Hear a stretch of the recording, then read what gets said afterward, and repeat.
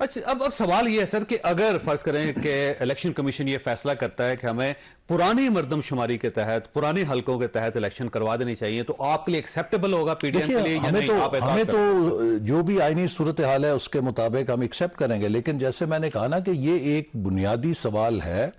जो कि हमारे इलेक्शन कमीशन के लिए और आइन के इदारों के लिए होगा कि क्या आप पाकिस्तान में दो अलहदा मरदमशुमारियों के तहत जनरल इलेक्शन कर सकते हैं? देखिए, आपने सिंध ने एतराज किया था, सिंध ने एतराज किया, तो सिंध सुप्रीम कोर्ट जा सकता है, वो जाके कह सकता है जी हमने पिछली बार इनसे कमिटमेंट ली थी कि अगला जो जनरल इलेक्शन होगा वो नई मरदमशुमारी के बाद होगा, तो अब ये मरदमशुमारी उन्होंने करवाई नहीं, लिहाजा अब ये सिंध और अगर बलोचिस्तान अगर आ जाते हैं यहाँ पे सुप्रीम कोर्ट में पिटीशन कर देते हैं तो फिर तो इलेक्शन रुक जाएंगे। ये तो अब देखिए जो एक सूरत हाल है मैंने आपके सामने रखी है, ये सारे जो कानूनी नुकात हैं और आईनी नुकात हैं इनको लोग देखेंगे, लेकिन हम इलेक्शन के लिए तैयार हैं। अगर इलेक्शन कमीशन इलेक्शन का ऐलान करेगा तो आपने देखा है कि कश्मीर के अंदर जब इलेक्शन हुआ बल्दियाती, उसमें पीटीआई इसके बावजूद कि उनकी हुकूमत थी 1/3 सीटें ले सकी।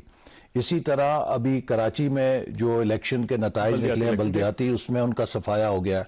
और पंजाब में भी हो गया 7, वहां पे 7 सीटें। देखिए नहीं, हम उधर कभी इतने स्ट्रांग थे नहीं, लेकिन पीटीआई के पास तो 14 सीटें थी ना, हमारे पास तो कौमी असेंबली की सीट नहीं थी। जिस जमात के पास 14 कौमी असेंबली की सीटें थी उस पर झाड़ू फिर गया, और उसकी बड़ी वजह क्या है कि पिछले चंद माह के अंदर इमरान खान साहब का झूठ जिस तरह कौम के सामने एक्सपोज हुआ है, जिस तरह उनकी जो स्कैंडल सामने आए हैं, जो उनके तोशाखाना के स्कैंडल आए हैं और बाकी उनकी तफासील आई हैं, मेरा ख्याल है कि लोग अब उनके असल चेहरे को देख गए हैं और उनकी जो गेंद है उसकी शाइन भी उतर गई है और गेंद जो है वो नरम भी हो गई है, उससे रिवर्स स्विंग भी नहीं हो सकता। अच्छा, अब आपका फार्मूला जो है ना सर मरदमशुमारी, उस तरफ आते हैं, आपका ख्याल ये है कि ये जो सेंसस है ये अप्रैल में खत्म होगा, ऐसे ही जी? 30 अप्रैल को। 30 अप्रैल को, इसका मतलब मई शुरू हो जाएगा उसके बाद जी। हल्का बंदियों में कितना टाइम लगेगा? आइन के अंदर 4 महीने की मुद्दत दी गई है इलेक्शन कमीशन को कि जब भी मरदमशुमारी नोटिफाई हो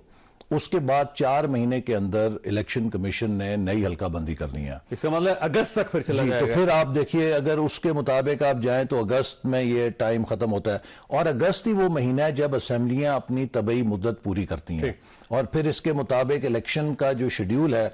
अगर तो असेंबली अपनी मुद्दत पूरी करे तो फिर 60 दिन के अंदर इलेक्शन कमीशन पाबंद है इलेक्शन कराने के। इसका मतलब यह है कि 14 अक्टूबर या 15 अक्टूबर से पहले करने हैं। लेकिन अगर असेंबली को